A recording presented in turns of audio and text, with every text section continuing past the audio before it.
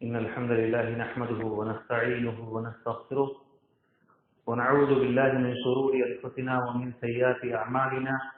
من يهده الله فلا مضل له ومن يضلل فلا هادي له وأشهد أن لا إله إلا الله وحده لا شريك له وأشهد أن محمدا عبده ورسوله أما بعد فإن خير الحديث كتاب الله وخير الهدي هدي محمد صلى الله عليه وسلم وشر الأمور محدثاتها وكل محدثة بدعة وكل بدعة ضلالة وكل ضلالة في النار. أما بعد فقد قال الله سبحانه وتعالى بسم الله الرحمن الرحيم يا نساء النبي لستن كأحد من النساء إن اتقيتن فلا تخضعن بالقول فيطمع الذي في قلبه مرض وقلن قولا معروفا وقرن في بيوتكن ولا تبرجن تبرج الجاهلية الأولى وأقمنا الصلاة وآتينا الزكاة وأطعنا الله ورسوله إنما يريد الله ليذهب عنكم الرجس أهل البيت ويطهركم تطهيرا. محترم حاضرین اکرام،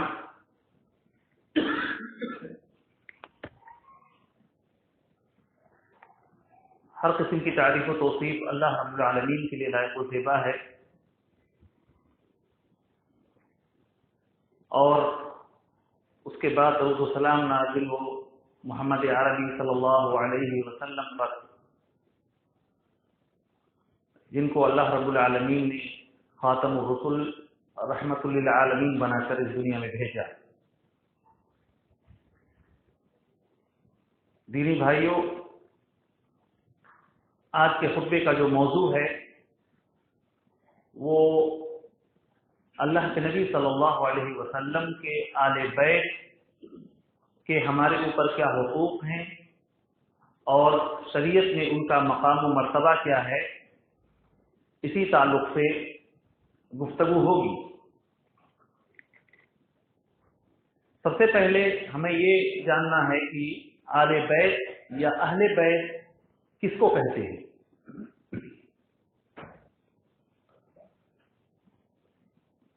اہل بیت یہ عربی لفظ ہے جس کے معنی ہوتا ہے گھر والے، یا آل بیت اور اہل بیت دونوں، اہل اور آل دونوں کا جو روٹ ورڈ ہے، مصدر ہے، وہ ایک ہی ہے، جس کے معنی ہوتا ہے گھر والے. تو اہل بیت کون ہیں؟ اس تعلق سے علماء نے مختلف باتیں کہی ہیں. آپ دیکھنے جائیں گے تو اسی وجہ سے مختلف جو فرق ہیں، مختلف جو فرقے ہیں، ان کی رائے بھی اس بارے میں الگ الگ ہیں، اور اسی رائے کے حساب سے ان کے عقائد بھی الگ الگ ہیں. سب سے پہلی بات اہل بیت کے بارے میں جو کہی گئی ہے وہ یہ ہے کہ اہل بیت یا آل بیت وہ لوگ ہیں جن کے اوپر اللہ تعالی نے صدقہ کو حرام قرار دیا تھا. یعنی اللہ کے نبی صلی اللہ علیہ وسلم کے خاندان کے وہ لوگ مراد ہیں اس سے جن کے لیے صدقہ کھانا جائز نہیں تھا، کیونکہ جانتے ہیں کہ اللہ کے نبی صلی اللہ علیہ وسلم کی فیملی کے لیے، آپ کے آل کے لیے صدقہ کھانا جائز نہیں تھا، کیونکہ یہ اللہ کے نبی نے فرمایا ہے کہ صدقہ و زکوٰۃ یہ لوگوں کے مال کی گندگی اور وصف ہے، اور یہ آل بیت کے لیے جائز نہیں ہے. جیسے کہ حدیث میں ہے کہ ایک مرتبہ اللہ کے نبی صلی اللہ علیہ وسلم گھر میں بیٹھے ہوئے تھے، تو جب کھجور کی نئی فصل تیار ہوتی تھی تو لوگ اپنے پیڑوں سے تھوڑی تھوڑی کھجوریں لا کر اللہ کے نبی صلی اللہ علیہ وسلم کے سامنے ڈالتے تھے. تو جب لوگوں نے کوئی تھوڑی مقدار میں، کوئی زیادہ مقدار میں لا کے کھجوروں کو ڈھیر بنایا، تو حسن حسین جو چھوٹے چھوٹے تھے، ابھی معصوم تھے، ان میں سے کسی نے کھجور اٹھا کے اپنے منہ میں ڈال لیا. تو اللہ کے نبی صلی اللہ علیہ وسلم نے ان سے کہا تھوک دو، کیا تمہیں پتہ نہیں ہے کہ آل محمد کے لیے صدقہ کھانا جائز نہیں ہے. تو آل بیت میں وہ لوگ مراد ہیں جن کے لیے صدقہ کھانا جائز نہیں تھا. اور اس سے مراد آل ہاشم اور آل مطلب ہیں، بنو ہاشم اور بنو مطلب۔ دوسری رائے یہ ہے کہ آل بیت سے مراد وہ لوگ ہیں جو اللہ کے نبی صلی اللہ علیہ وسلم نے اپنی چادر کے نیچے چھپایا، اور اس سے مراد علی، فاطمہ، حسن، حسین اور خود اللہ کے نبی صلی اللہ علیہ وسلم، یعنی 5 لوگ۔ اور اس سے اللہ کے نبی صلی اللہ علیہ وسلم کی بیویوں کو، ازواج مطہرات کو خارج کر دیتے ہیں۔ علماء کا ایک طبقہ یہ بھی کہتا ہے کہ آل بیت سے مراد وہ لوگ ہیں جو قیامت تک اللہ کے نبی صلی اللہ علیہ وسلم کے راستے پہ چلیں گے، آپ کے جو بھی فالوورز آئیں گے قیامت تک، وہ تمام لوگ آپ کے آل بیت میں آئیں گے۔ اور ایک رائے یہ بھی ہے کہ آل بیت سے مراد اس امت کے جتنے بھی متقی اور پرہیزگار اللہ والے بندے ہیں، وہ سب کے سب آل بیت میں آئیں گے۔ لیکن اس میں صحیح اور راجح بات وہی ہے جو پہلی رائے علماء کی ہے کہ آل بیت سے مراد وہ لوگ صرف مراد ہیں جن کے لیے صدقہ کھانا جائز نہیں تھا، اور اس میں اللہ کے نبی صلی اللہ علیہ وسلم کی بیویاں، اللہ کے نبی صلی اللہ علیہ وسلم کی اولاد علی، فاطمہ، حسن، حسین، اسی طرح جعفر رضی اللہ تعالیٰ عنہ، جعفر بن ابی طالب ان کی اولاد، عقیل کی اولاد اور حارث بن مطلب کی اولاد، یہ تمام لوگ اس میں شامل ہوں گے۔ اللہ کے نبی صلی اللہ علیہ وسلم کے چچا عباس ہیں، ان کی اولاد اس میں ہیں، یہ تمام لوگ آل بیت میں آئیں گے۔ لیکن دینی بھائیوں، مسلمانوں کا ایک طبقہ ایسا ہے جنہوں نے آل بیت کا نام لے کر مسلمانوں کو گمراہ کیا ہے، جنہوں نے آل بیت کے نام پر مبالغہ آرائی کی ہے، حد سے زیادہ ایگزیجریٹ کیا ہے، ان کی شان کو، ان کے رتبے سے اس قدر اونچا بڑھایا یہاں تک کہ ان کو الوہیت کے درجے پہ پہنچا دیا۔ جیسے کہ عبداللہ بن سبا نے علی رضی اللہ تعالیٰ عنہ کے زمانے میں ہی آل بیت کا نام لے کر خود علی رضی اللہ تعالیٰ عنہ کو فرمایا تھا کہ آپ الہ ہیں، یعنی آپ معبود ہیں، آپ اللہ ہیں۔ اور آل بیت کے تعلق سے جو یہ عقیدہ پھیلایا گیا کہ دین جو ہے وہ صرف آل بیت سے لینا ہے، باقی جتنے لوگ ہیں وہ غیر معتبر ہیں، ہمیں جو دین ملا ہے وہ صرف آل بیت کے ذریعے سے ملا ہے، ہمیں یہ جو اللہ نے شریعت دی ہے وہ صرف آل بیت کے ذریعے سے دی ہے۔ اسی لیے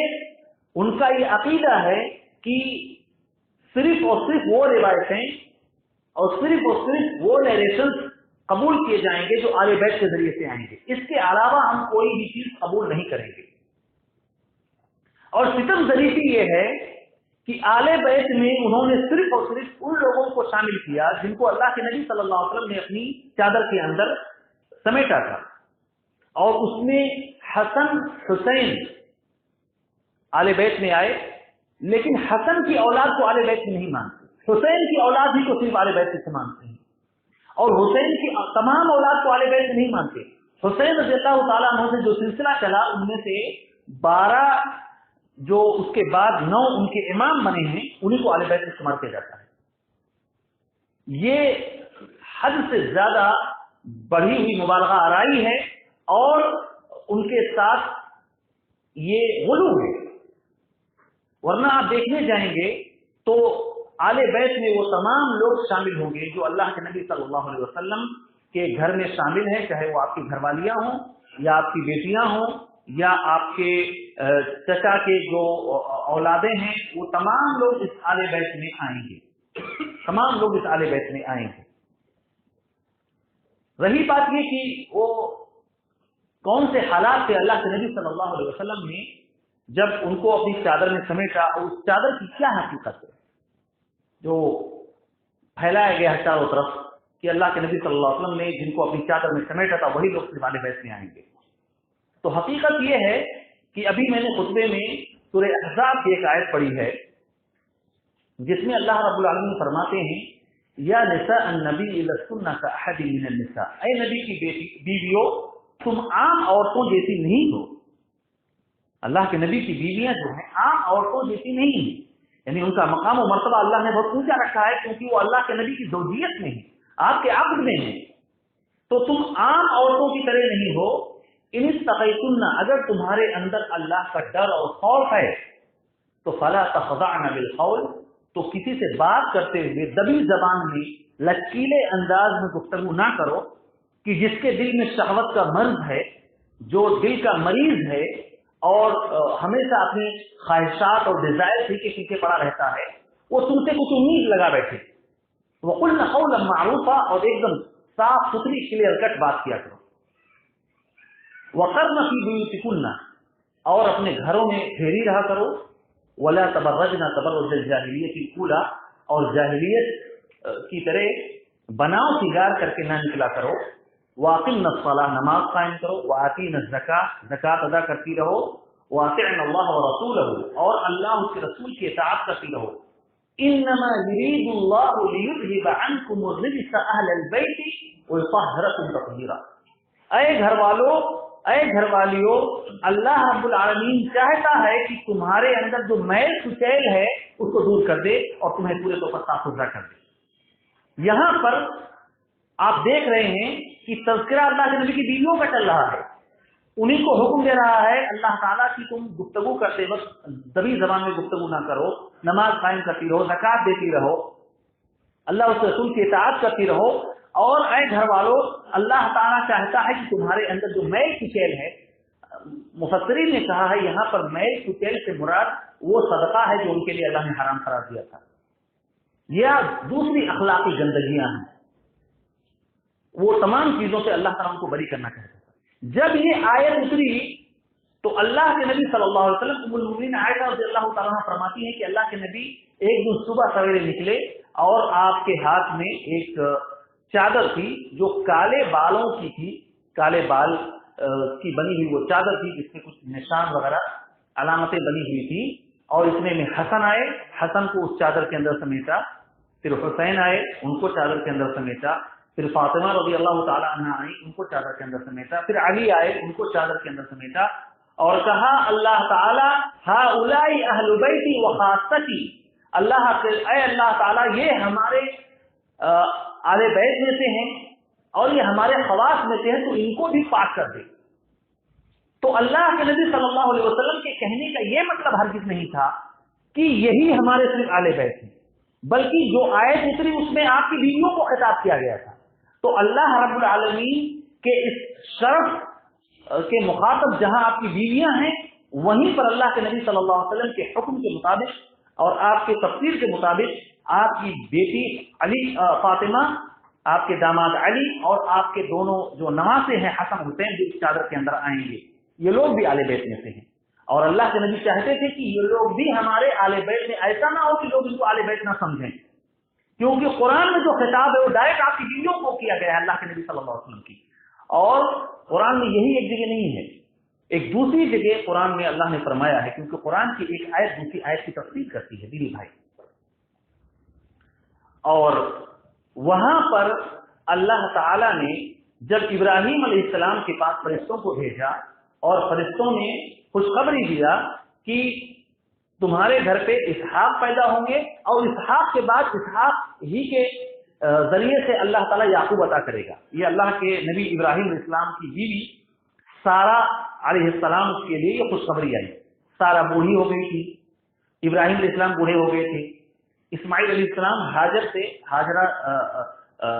علیہ السلام یا رضی اللہ تعالیٰ عنہ سے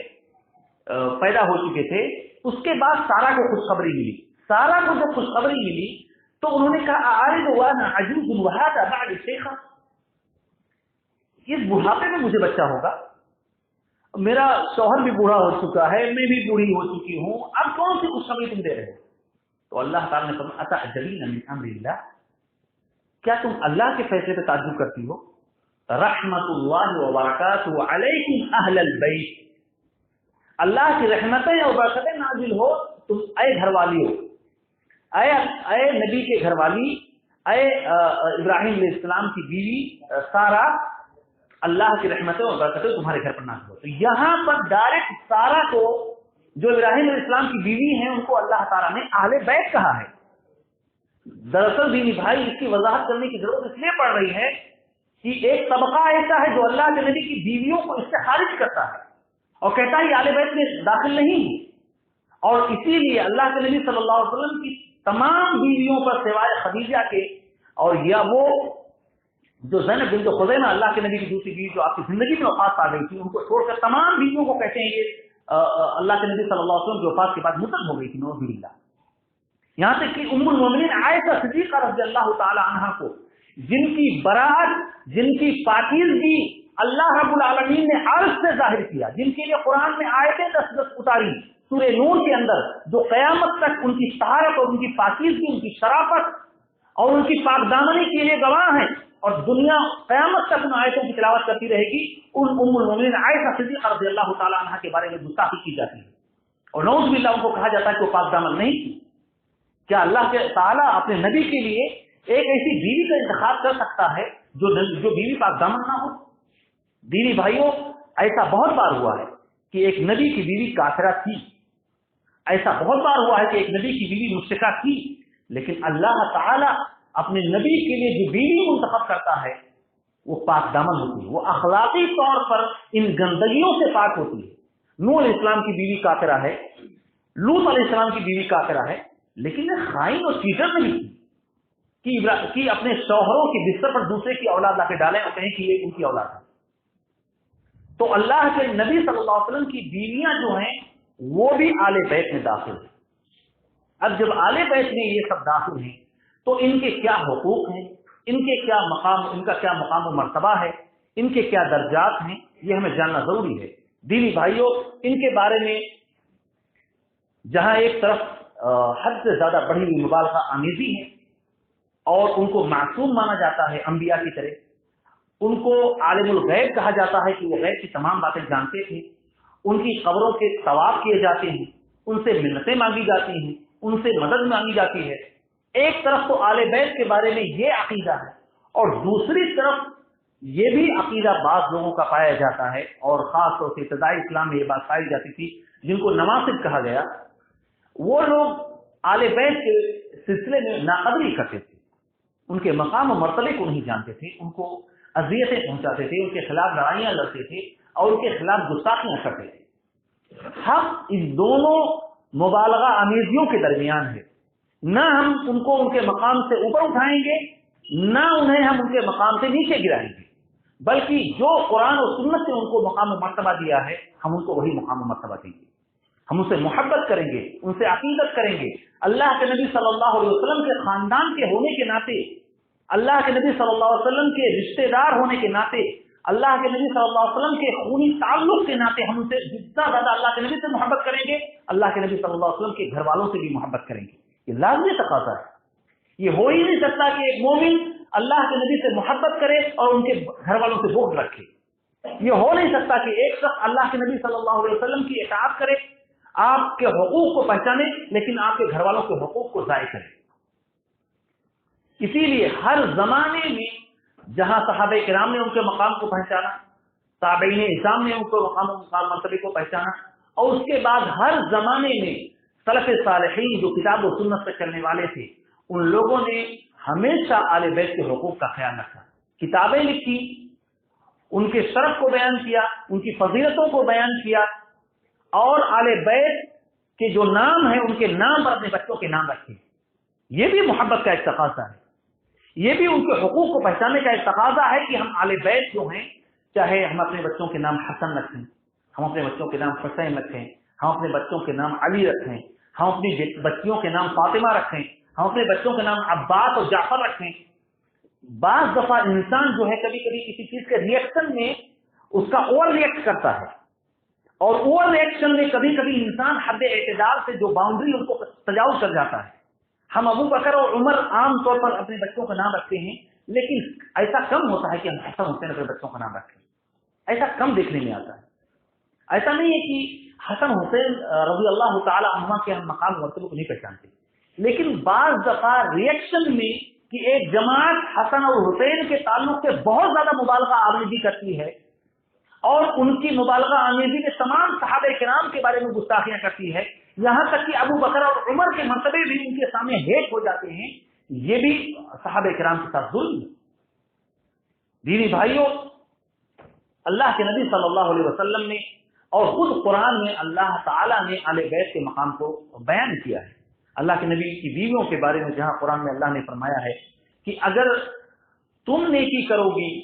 تو تمہیں اللہ تعالیٰ ڈبل ثواب دے گا.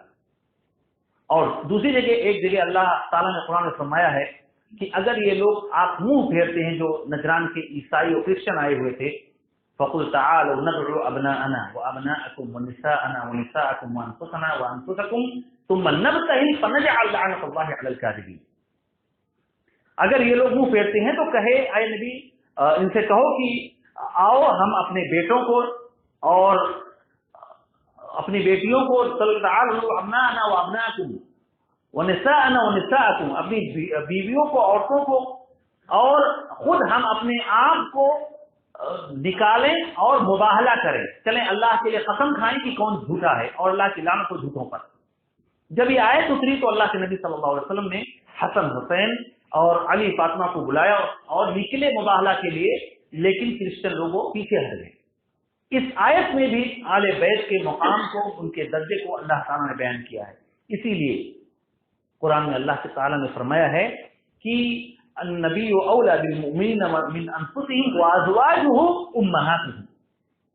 نبی صلی اللہ علیہ وسلم کا حق ہمارے اوپر ہمارے اپنی نفس سے زیادہ ہے، ہماری اپنی جان سے. اللہ کے نبی صلی اللہ علیہ وسلم ہمارے لیے ہماری جانوں سے بھی زیادہ خیر خواہ ہیں، اور اللہ کے نبی صلی اللہ علیہ وسلم کی بیویاں ہماری مائیں ہیں. اللہ کے نبی صلی اللہ علیہ وسلم کی بیویاں ہماری مائیں ہیں، ان کا مقام و مرتبہ ہماری ماؤں سے زیادہ ہے. اسی لیے اللہ کے نبی صلی اللہ علیہ وسلم کے زمانے میں کسی نے یہ کہا تھا کہ اگر اللہ کے نبی کا انتقال ہو گیا تو میں ان کی فلاں بیوی سے میں شادی کر لوں گا. اللہ نے قرآن کے اندر آیت اتاری کہ نہیں، تم اللہ کے نبی کو تکلیف نہ پہنچاؤ، وہ تمہارے لیے ماؤں کی حیثیت رکھتی ہیں اور ان کی بیویوں سے شادی کرنا حرام ہے. اسی لیے اللہ کے نبی صلی اللہ علیہ وسلم کی وفات کے بعد آپ کی کسی بیوی نے نکاح نہیں کیا. حالانکہ ام المؤمنین عائشہ صدیقہ رضی اللہ تعالیٰ عنہ کی عمر محض 18 سال تھی جب اللہ کے نبی کا انتقال ہوا، لیکن آپ کی بیویاں جو ہیں وہ امت کے لیے حرام ہیں کیونکہ ہماری ماؤں کی حیثیت ان کی. اسی طرح اللہ کے نبی صلی اللہ علیہ وسلم نے فاطمہ رضی اللہ تعالیٰ عنہ کے لیے جو شرف ان کا بیان کیا. ایک مرتبہ اللہ کے نبی صلی اللہ علیہ وسلم نے عائشہ رضی اللہ تعالیٰ عنہ موجود تھی، آپ کی دوسری بیویاں بھی موجود تھیں، فاطمہ آئیں، اور یہ وہ فاطمہ رضی اللہ تعالیٰ عنہ جن کو اللہ کے نبی صلی اللہ علیہ وسلم نے کہا تھا کہ یہ جنت کی عورتوں کی سردار ہیں، اور فاطمہ بضعۃ منی، میرے جگر کا ٹکڑا ہے یہ فاطمہ. جو فاطمہ کو ناراض کرے گا اسے اللہ ناراض ہوگا. جس نے فاطمہ کو تکلیف پہنچائی اس نے مجھے تکلیف پہنچائی. تو فاطمہ رضی اللہ تعالیٰ عنہ آئیں، اللہ کے نبی صلی اللہ علیہ وسلم نے چپکے سے ان کے کان میں کوئی بات کہی تو فاطمہ رضی اللہ تعالیٰ عنہ رونے لگی. جب وہ رونے لگی تو پھر اللہ کے نبی صلی اللہ علیہ وسلم نے دوبارہ ان کو بالجمعی کے لیے، ان کی تسلی کے لیے دوبارہ بلایا اور کان میں پھر کچھ سرگوشی کیا تو وہ ہنسنے لگی. تو جب معاملہ ختم ہو گیا، اللہ کے نبی وہاں سے چلے گئے، تو عائشہ رضی اللہ تعالیٰ پوچھنے لگی کہ اللہ کے نبی نے کیا تمہارے کان میں کون سی بات کہی تھی؟ ایک مرتبہ روئی، دوبارہ ہنسنے لگی. تو انہوں نے فاطمہ رضی اللہ تعالیٰ نے فرمایا کہ نہیں، میں اللہ کے نبی کے راز کو، آپ کے راز کو، آپ کے سیکریٹ کو میں پاس نہیں کر سکتی، تو بتایا نہیں. لیکن جب اللہ کے نبی کا انتقال ہو گیا تو عائشہ رضی اللہ تعالیٰ نے کہا کہ میں تمہیں اللہ کا واسطہ دے کے پوچھتی ہوں اور میرا حق ہے تو تمہارے اوپر، تم بتاؤ کہ اس وقت اللہ کے نبی نے تم سے کون سی بات کہی تھی؟ کیوں ایک مرتبہ ہنسی تھی، ایک مرتبہ روئی تھی؟ تو انہوں نے کہا پہلی مرتبہ اللہ کے نبی نے مجھ سے بتایا کہ اسرائیل جبریل میرے پاس 2 مرتبہ قرآن کا مذاکرہ کرنے کے لیے آئے. ہر سال ایک بار آتے تھے، اس سال ڈبل آئے. مجھے لگتا ہے کہ میرے چل چلاؤ کا وقت آ گیا ہے، میرے اس دنیا سے جانے کا وقت قریب آ گیا ہے. جب میں یہ بات سنی تو میں رونے لگی کہ میرے والد صاحب، میرے ابو جان جو ہیں اس دنیا سے اب آپ کے جانے کا وقت قریب آ گیا ہے.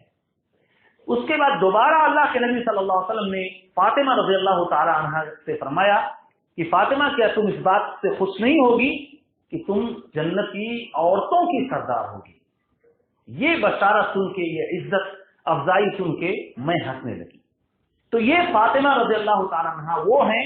جو تمام عورتوں کی جنتی عورتوں کی سردار ہوں گی۔ اسی لیے جو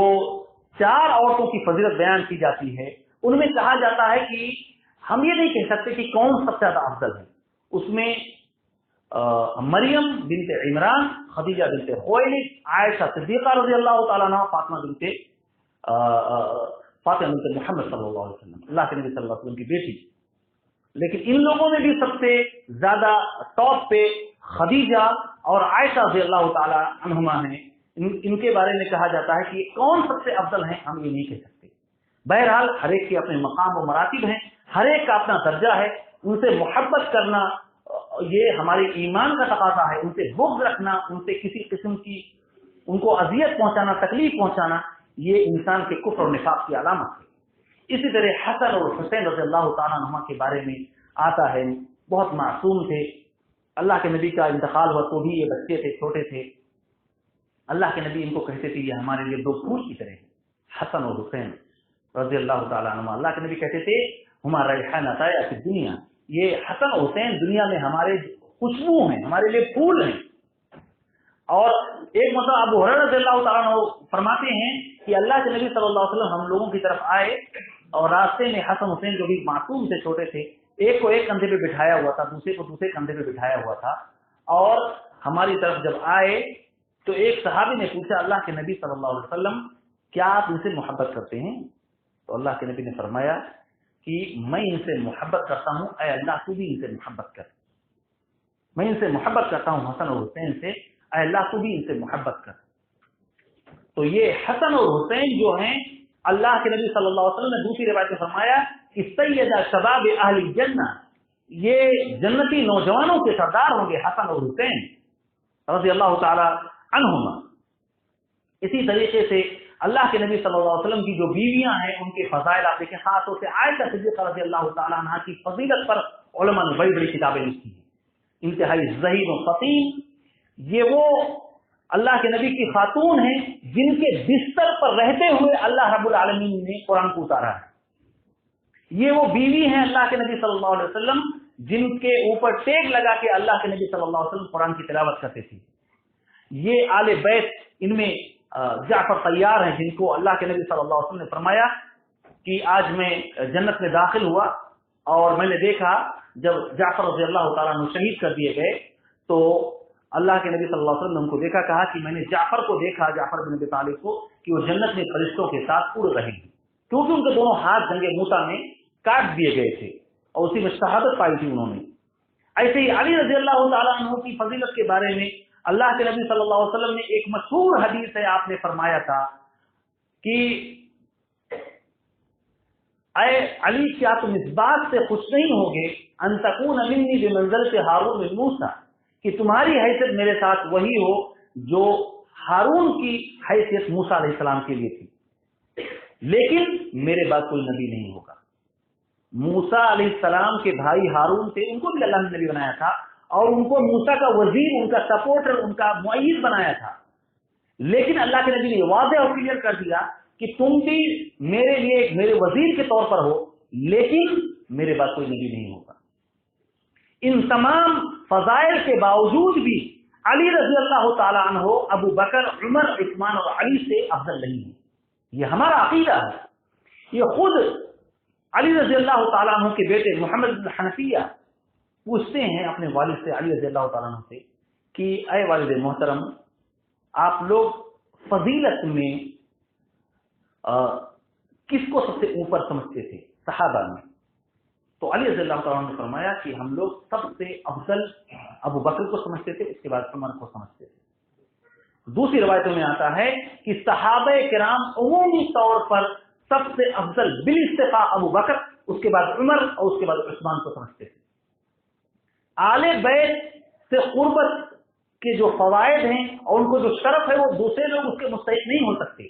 لیکن صحابہ کے لیے بھی جو اللہ رب العالمین نے ان کے فضائل بیان کیے ہیں، جو ان کی قربانیاں ہیں اس دین کے لیے، جو کچھ انہوں نے اللہ کے دین کے لیے پیش کیا ہے، اس کو ہم ڈینائی نہیں کر سکتے، اس کا ہم انکار نہیں کر سکتے۔ اسی لیے ہم صرف آل بیت میں سے انہی سے محبت کریں گے جو اللہ کے نبی صلی اللہ علیہ وسلم پر ایمان لائے۔ کیونکہ ایمان ہی انسان کے مقام و مرتبے کو بڑھاتا ہے. اگر ایمان نہیں ہے تو کسی کا قریبی ہونا، کسی کی بیوی ہونا، کسی کا بیٹا ہونا، کسی کا بھائی ہونا قیامت کے دن کوئی فائدہ نہیں دے گا. اسی لیے اللہ کے نبی صلی اللہ علیہ وسلم نے فرمایا تھا کہ اے قریش، جو کچھ مانگنا ہے مانگ لو، قیامت کے دن میں تمہارے کوئی کام نہیں آؤں گا. اے عباس، جو کچھ اس دنیا میں تمہیں لینا ہے لے لو، قیامت کے دن میں تمہارے کوئی کام نہیں آؤں گا. اے صفیہ، اللہ کے نبی کی پھوپھی، سلیمی ما شئتی، جو کچھ تمہیں مانگنا ہے اس دنیا میں مانگ لو، فإنی لا اغنی عنک من اللہ شیئا، قیامت کے دن میں تمہارے کوئی کام نہیں آؤں گا. اے فاطمہ، میرے دل کا ٹکڑا، تمہیں جو کچھ بھی اس دنیا میں مانگنی ہے، مال و دولت، جو کچھ بھی دوسری ضرورتیں ہیں مانگنی ہے مانگ لو، قیامت کے دن کوئی کام نہیں آؤں گا. اللہ کے نبی کا قریبی ہونا قیامت کے دن کوئی فائدہ نہیں دے گا اگر ایمان نہیں. اسی لیے ابو طالب اللہ کے نبی پر ایمان نہیں لائے. اللہ کے نبی کا سگا چچا ابو لہب آپ پر ایمان نہیں لایا. صرف آپ کا خونی رشتہ ہونے کی وجہ سے ہم اس سے محبت نہیں کر سکتے. صرف آپ کا قریبی ہونے کی وجہ سے ہم اس کے لیے ہمدردی نہیں جتا سکتے. ایمان فائدہ اس وقت دے گا جب انسان اللہ کے اور اس کے رسول پہ ایمان لائے. ورنہ کفر جو ہے اگر انسان کے ساتھ ہے تو قرابت کوئی کام نہیں آئے گی. کیونکہ اللہ کے نبی صلی اللہ علیہ وسلم کی حدیث ہے، من بطأ به عمله لم يسرع به نسبه، جو عمل میں پیچھا رہ جائے نسب اس کو آگے نہیں بڑھا سکتا. وہ صرف لینیت جو ہے اس کا خاندانی قرابت داری اس کے لیے کچھ بھی فائدہ مند نہیں ہوگی. اسی لیے دینی بھائیوں، آپ دیکھیں جو عام طور پر بیان کیا جاتا ہے کہ صحابہ کرام نے آل بیت کے حقوق کو مارا، نعوذ باللہ، آپ ان کے درمیان میل محبت دیکھیں گے. ابو بکر رضی اللہ تعالیٰ عنہ نے فاطمہ کے لیے جو قربانی دی، فاطمہ رضی اللہ تعالیٰ عنہ اللہ کے نبی صلی اللہ علیہ وسلم کی وفات کے بعد ابو بکر کے پاس آئیں اور کہا کہ جو صدق کا مال ہے اور فنا جو خمس جو تھا اور یہ تھا وہ ہمیں ملنا چاہیے جو اللہ کے نبی صلی اللہ علیہ وسلم وراثت چھوڑ کے گئے ہیں. ابو بکر رضی اللہ تعالیٰ عنہ نے فرمایا کہ دیکھیے اللہ کے نبی صلی اللہ علیہ وسلم نے فرمایا ہے کہ نحن معاشر الانبیاء لا نورث ما ترکنا صدقہ، ہم انبیاء کی جماعت ایسے ہیں کہ ہمارا کوئی وارث نہیں ہوتا، ہم جو کچھ چھوڑ کے جاتے ہیں وہ لوگوں کے لیے صدقہ ہوتا ہے. اس میں ایک مصلحت بھی ہے دینی بھائی. اللہ رب العالمین نے یہ سلسلہ نبوت کی وراثت کا اس لیے بند کر دیا تاکہ دنیا والے یہ نہ کہیں کہ یہ مال و دولت سمیٹنے آیا تھا اور مال و دولت سمیٹ کے اپنی آل اولاد کو مالدار کر کے چلا گیا. تو ابو بکر رضی اللہ تعالیٰ عنہ نے فرمایا کہ جو حالت اللہ کے نبی کی تھی ہو بہو وہی برقرار رہے گی، ہم اس میں ذرہ برابر بھی ادھر ادھر نہیں کر سکتے. تو فاطمہ رضی اللہ تعالیٰ عنہ تھوڑا ناراض ہو گئی اور وہ گھر چلی گئی. بعد میں جب ان کی بیماری کی خبر ہوئی تو ابو بکر رضی اللہ تعالیٰ عنہ نے اپنی بیوی اسما بنت عمیس کو ان کے ہاں بھیجا اور ان کی وفات تک فاطمہ رضی اللہ تعالیٰ عنہ کی وہ خدمت کرتی رہی جب تک فاطمہ رضی اللہ تعالیٰ عنہ کی وفات نہیں ہوگی. اور جا کے ان سے معذرت کیا، کیونکہ ابو بکر رضی اللہ تعالیٰ عنہ کی غلطی نہیں تھی، یہ فاطمہ رضی اللہ تعالیٰ عنہ کی ایک غلط فہمی تھی. وہ سوچتی تھی کہ ہم وارث ہیں، علی رضی اللہ تعالیٰ عنہ سمجھ رہے تھے کہ ہم وارث ہیں، لیکن وہ کلیئر کٹ اللہ کے نبی صلی اللہ علیہ وسلم کا ایک حکم بیان کر کے ابو بکر رضی اللہ تعالیٰ عنہ کر دیا کہ اللہ کے نبی کا کوئی وارث ہوتا ہی نہیں، انبیاء کا کوئی وارث نہیں ہوتا. اسی لیے آپ دیکھیں کہ عمر رضی اللہ تعالیٰ عنہ نے اپنے زمانے میں جب رجسٹریشن کا سلسلہ شروع کیا، NRC کا نہیں، رجسٹریشن مطلب نام لکھواتے تھے لوگوں کے، یہ پہلا اسلامی تاریخ میں بلکہ انسانی تاریخ میں پہلی بات جو ہے لوگوں کے نام رجسٹر پہ نوٹ ہوتے تھے، کس کو کیا ملنا ہے، کون کس چیز کا مستحق ہے، کس کو بیت المال سے کتنا ملنا ہے، کون کتنا ضرورت مند ہے. عمر رضی اللہ تعالیٰ عنہ کے زمانے میں اس کو شروع کیا گیا. عمر رضی اللہ تعالیٰ عنہ نے اس رجسٹر میں آل بیت کا نام سب سے اوپر رکھا، آل بیت کا نام سب سے اوپر رکھا. اسی لیے آپ دیکھیں عمر رضی اللہ تعالیٰ عنہ جن کو اس امت کا ایک طبقہ کہتا ہے یہ غاصب ہیں، یہ لٹیرے ہیں اس امت کے، عمر رضی اللہ تعالیٰ عنہ سے علی رضی اللہ تعالیٰ عنہ نے اپنی بیٹی ام کلثوم کا نکاح کیا. ام کلثوم کا نکاح ابو بکر سے کیا، عمر رضی اللہ تعالیٰ عنہ سے کیا. اور ابو بکر رضی اللہ تعالیٰ عنہ کی وفات کے بعد اسما بنت عمیس سے نکاح علی رضی اللہ تعالیٰ عنہ نے کیا. وہ اسما بنت عمیس جو جعفر طیار کی بیوی تھی، جب جعفر رضی اللہ تعالیٰ عنہ کی شہادت ہوئی تو ان سے نکاح ابو بکر نے کیا. ابو بکر کا انتقال ہوا تو ان سے نکاح علی رضی اللہ تعالیٰ عنہ نے کیا، اور علی رضی اللہ تعالیٰ عنہ نے اپنی بیٹی کا نکاح عمر سے کروایا، ام کلثوم کا۔ سبحان اللہ، جو کہا جاتا ہے کہ ابوبکر اور عمر نے ان کے حق کو غصب کیا ہے، اگر ان کے درمیان آپسی محبت نہیں ہوتی، آپسی تعلقات نہیں ہوتے، ان کے درمیان ایک دوسرے کے لیے ہمدردی اور ایک دوسرے کے لیے جانساری نہیں ہوتی، تو انسان ایک دوسرے سے رشتہ نہیں کرتا، کیونکہ انسان جسے دشمنی کرے گا اس کو اپنی بیٹی نہیں دے گا، انسان جسے دشمنی کرے گا اس کے گھر رشتہ نہیں کرے گا۔ اسی لیے تمام آل بیت کے حقوق کو صحابہ کرام پہچانتے تھے، آپس میں ان کی محبتیں تھی۔ اس لیے دینی بھائیوں، اس ایمان کا تقاضا ہے کہ جہاں ہم اللہ کے نبی سے محبت کرتے ہیں، ہم آپ کے گھر والوں سے بھی محبت کریں، آپ کی بیویوں سے محبت کریں، آپ کی بیٹیوں سے محبت کریں، آپ کے داماد سے محبت کریں، آپ کے نوازوں سے محبت کریں، ان کے حقوق کو پہچانیں، ان کو تکلیفیں نہ پہنچائیں، ان کے بارے میں کوئی غلط الفاظ زبان سے نہ کہیں، لیکن مبالغہ آرائی سے بچیں، ایگزیجریٹ نہ کریں، انہیں ان کے مقام و مرتبے سے اوپر نہ اٹھائیں، اور ان کے مقام کو اوپر اٹھانے کے چکر میں دوسرے کے حقوق کو تلف کریں، دوسرے کے حقوق کو ضائع کریں،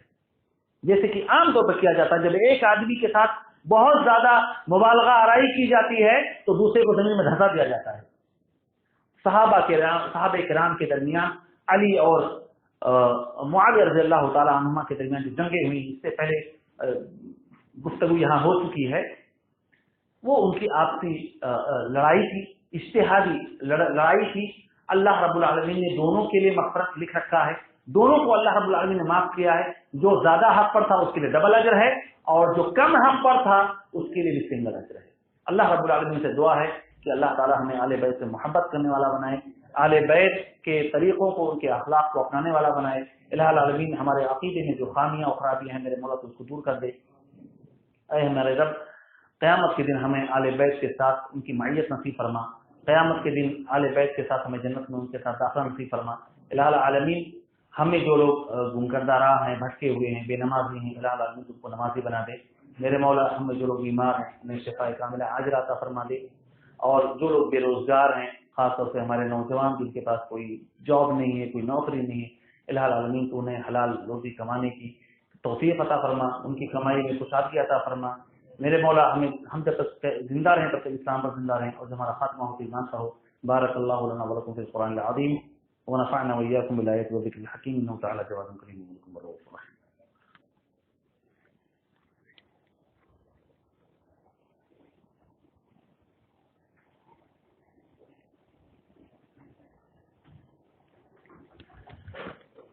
الحمد لله على إحسانه والشكر له على توفيقه وامتنانه، وأشهد أن لا إله إلا الله وحده لا شريك له تعظيما لشأنه، اللهم صل وسلم على عبدك ورسولك محمد وعلى آله وصحبه وإخوانه، أما بعد، إن الله وملائكته يصلون على النبي